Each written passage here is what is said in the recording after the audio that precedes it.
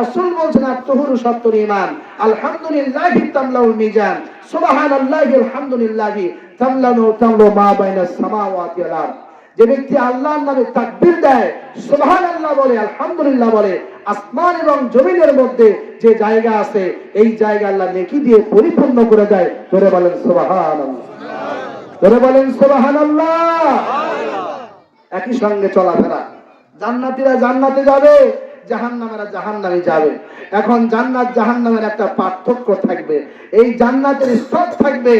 নিচের জান্নাতের ব্যক্তিরা বলবে যে ভাই একই সঙ্গে বাজার করেছিলাম এই বারোকোনা বাজারে, একই সঙ্গে চলেছিলাম, তোমাকে তো আমি ভালো করে চিনি, একসঙ্গে ফুটবল মাঠে খেলা দেখেছিলাম, কোন আমলের কারণে তুমি উপরে জান্নাতটা পেয়েছো, কারণটা কি? ওই লোক তখন বলে শোনো, আমি দুনিয়াতে তেমন কোন আমল করি নাই, আমল করেছিলাম একটা, সেটা কি? সেই আমলটা হলো দুনিয়ায় তোমার চাইতেও একবার হলো আমি সুবহানাল্লাহ বেশি বলেছি। মনে মধ্যে আসছে কথাটা? একবার হলো আমি তোমার সাথে সুবহানাল্লাহ বেশি বলেছি। নবী বলছেন মান কলা আখিরে কালেমা লা ইলাহা ইল্লাল্লাহ, হাদিসটা আপনি মিসকাতে পাবেন 1616, 1616 নাম্বার হাদিস। নবী বলছেন তোমরা মৃত্যু ব্যক্তির সঙ্গে কালেমা পড়ো, লাকিনু মাউতাকুম লা ইলাহা ইল্লাল্লাহ, হাদিসটা সহিহ মুসলিমে পাবেন 995তম হাদিস। নবী বলছেন কোন ব্যক্তি যখন মৃত্যুবরণ করে সেই সময় আপনারা কাছে যখন যাবেন তাকে কালেমার তালকিন দিবেন, লা ইলাহা, বলেন একটু লা ইলাহা, জোরে একটু বলেন লা ইলাহা। এটার অর্থ কি বলেন তো? একজন বলেন কি অর্থ বাবা, এটা অর্থ কি? আল্লাহ ছাড়া কোনো মাবুদ নেই। এটা সঠিকটা এটা হলো যে আল্লাহ ছাড়া মাবুদটা আছে কিন্তু সত্য কোনো মাবুদ নেই, এই যেটাকে সঠিক। আল্লাহ ছাড়া কোনো সত্য মাবুদ নেই, সত্য ইলাহ নেই। কিয়ামতের মাঠে জান্নাতীরা জান্নাতে গেল, জাহান্নামীরা জাহান্নামে গেল। বাবা, একজন জাহান্নামী ব্যক্তিকে আল্লাহ ডাক দিয়ে বললেন, বান্দারে দুনিয়ায় তো তুমি যে আমল করেছো আমলের তুলনায় পাপ হয়ে গেছে বেশি, যার কারণে তুমি জাহান্নামে যাচ্ছ। তবে আমার কাছে একটা লেখনী শব্দ আমার কাছে রয়ে গেছে, একটা বাক্য আমার কাছে আছে। তখন সেই ব্যক্তি বলবে, আল্লাহ আমল যা করেছিলাম এই আমল দিয়ে আমি টিকতে পারলাম না, এই কিয়ামতের কঠিন ভয়াবহতে আমার এই সামান্য চিরকুট দিয়া, সামান্য এই আমল দিয়ে আমার কি হবে? আল্লাহ বললেন, বান্দা শোনো, তুমি নিরাশ হয়ো না, লা তাকনাতু মির রাহমাতিল্লাহ। বান্দা রে, নবী বলছেন শোনো রে, আফদালুয যিকর লা ইলাহা ইল্লাল্লাহ, দোয়া আলহামদুলিল্লাহ। হাদিসটা ইবনে মাজাহ পাবেন 3008 নাম্বার হাদিস।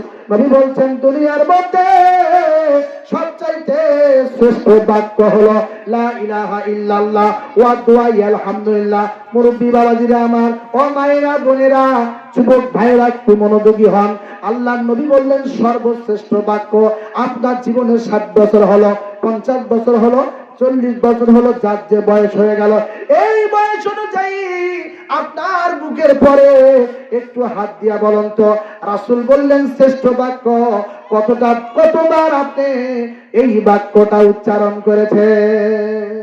দুনিয়ার মধ্যে যত বাক্য আছে, যত কথা আপনি আপনার জীবনে বলবেন, তার চাইতে সবচাইতে শ্রেষ্ঠ বাক্য, শ্রেষ্ঠ বাণী লা ইলাহা ইল্লাল্লাহ। বাবারা কতটা বলেছেন? আল্লাহ নবী বলছেন শোনো, একজন ব্যক্তি আসমান যদি নিচে নেমে আসে, আসমান নিচে আসছে, বোঝা যাচ্ছে না বাবু? বোঝা যাচ্ছে?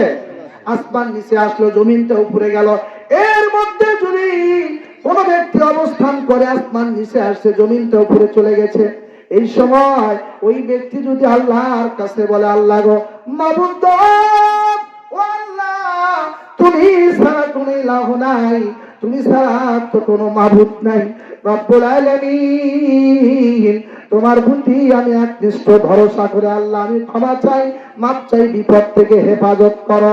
আল্লাহ নবী কয় রে, ওই ব্যক্তির জন্য মহান আল্লাহ যথেষ্ট হবেন। জোরে বলেন আলহামদুলিল্লাহ।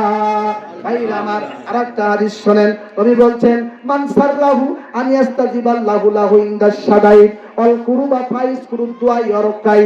হাদিসটা সহিহ মুসলিমে পাবেন 1161 নাম্বার হাদিস। নবী বলছেন কোন ব্যক্তি অসুস্থ হলে যদি তার দোয়াটা আল্লাহর দরবারে কবুল করাতে চাও, তাহলে সুস্থ থাকতে বেশি বেশি তুমি আল্লাহর কাছে দোয়া করো। মুসলমানেরা কি দিয়ে বুঝাই, কোন কথা দিয়ে আপনাদেরকে আমি অন্তরে ঢুকে যাই।